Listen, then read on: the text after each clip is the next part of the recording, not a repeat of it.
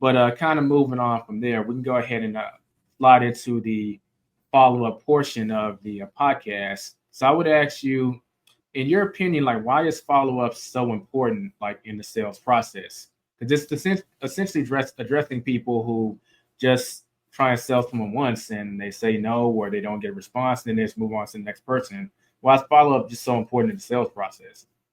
Yeah, follow-up is very important because, as we were talking about before, maybe that person clicked on your ad, submitted information, and the timing wasn't right. I was just talking to a gentleman that, it was a Monday. He reached out to me, and on Thursday lost his job. So, his priority wasn't maybe to speak with me, but to figure out, okay, well, what are my next steps? How much money do we have in the bank? Like it really hit that person really hard. So, there's always the value is definitely in the follow up in that someone may not call you back. Maybe it was timing, or maybe they felt like they weren't a good fit, which is also okay.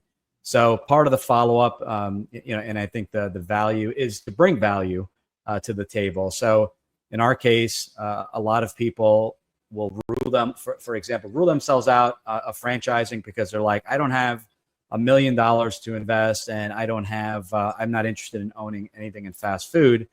And that's okay. And that's a preconceived notion in franchising. It's not all fast food, but that's what people think of. They think of McDonald's, they think of Chick-fil-A. So part of that follow-up is, hey, I know we haven't spoken yet, but did you know that there are 4,000 franchise companies that, happen to be in 70 plus industries? Majority don't fall in fast food. So it's that educational piece where I've received numerous calls back saying, I didn't realize there are franchises under 100,000. I didn't realize that you don't have to be in food. So I think that education piece is crucial. And, not everyone will call you back saying the timing isn't right. They may ignore you. So for me, where I've had the most success is a monthly newsletter. I drop a monthly newsletter. I used to do it weekly. I felt like that was maybe too much, and it'll vary and you'll get different feedback. And I don't know, there's no exact answer, but franchising is not everyone's fit to own a business, and you need some substantial capital to get started. So I do a monthly newsletter. It's these are our last shows. These are some things to think about. And this is a franchise spotlight of the month. And I think that alone, where I'll put in there saying, hey, if you want to have a chat or just have a question, give us a call. If you can think of one person that could benefit, if you can forward that email to someone else, and that helps to expand the reach a little bit. So if all 1,000 emails did that, you would have another 1,000 people potentially in your database. So, staying top of mind. And you know what? Sometimes your emails get flagged to spam and junk. Sometimes they missed it because it was buried with all the other stuff. So, it's kind of like, you're constantly following up, and eventually, whether it be phone call, I do phone call, I do email, I have an AI caller just on that initial call. And I've implemented just direct mail. Who gets a postcard anymore in the mail?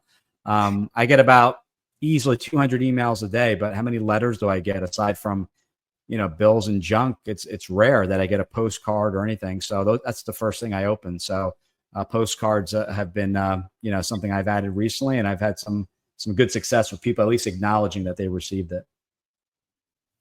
Okay.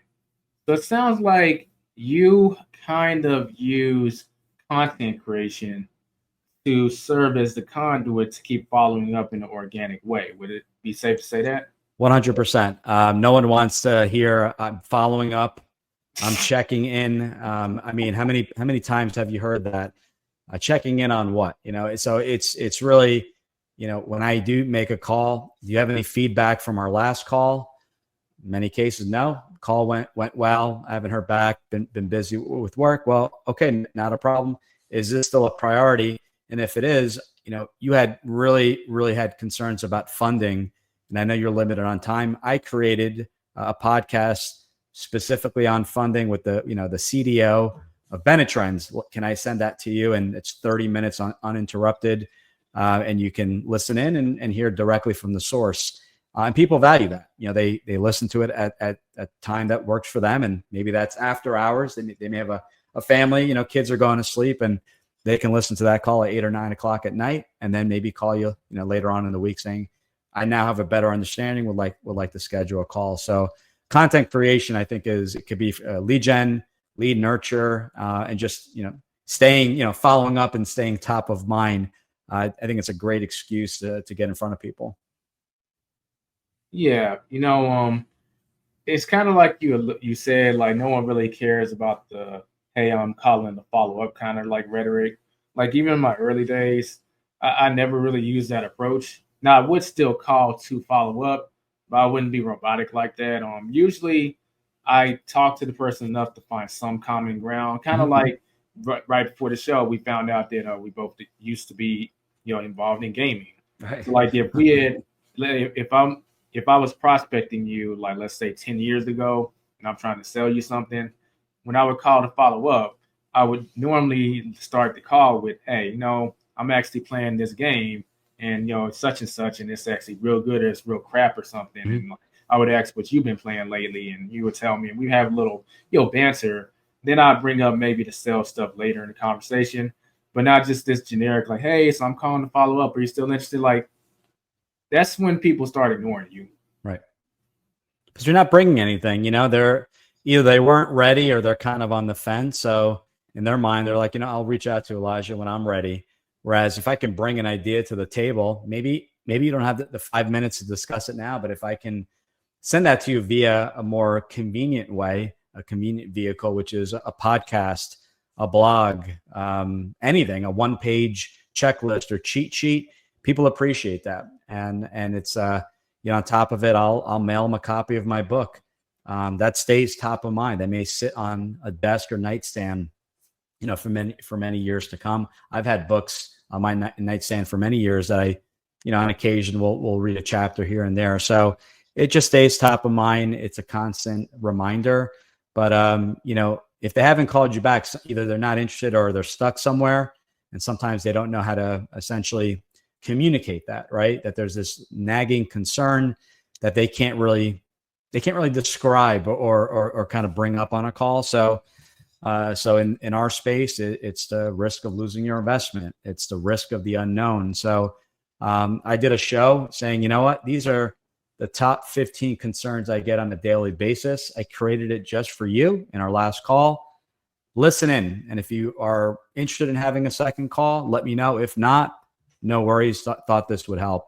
And addressing the concerns like what's the risk? What's the what kind of expectations can I make financially and things like that. And although we can't get into specific numbers, it's a business. I think addressing them and not sugarcoating, being very direct, like this is a franchise, you can lose money. This is a franchise, you can expand. These are certain, expectations. I think that's super helpful. And I wish that was the info that I received when I was first looking at companies. Mm-hmm. Right.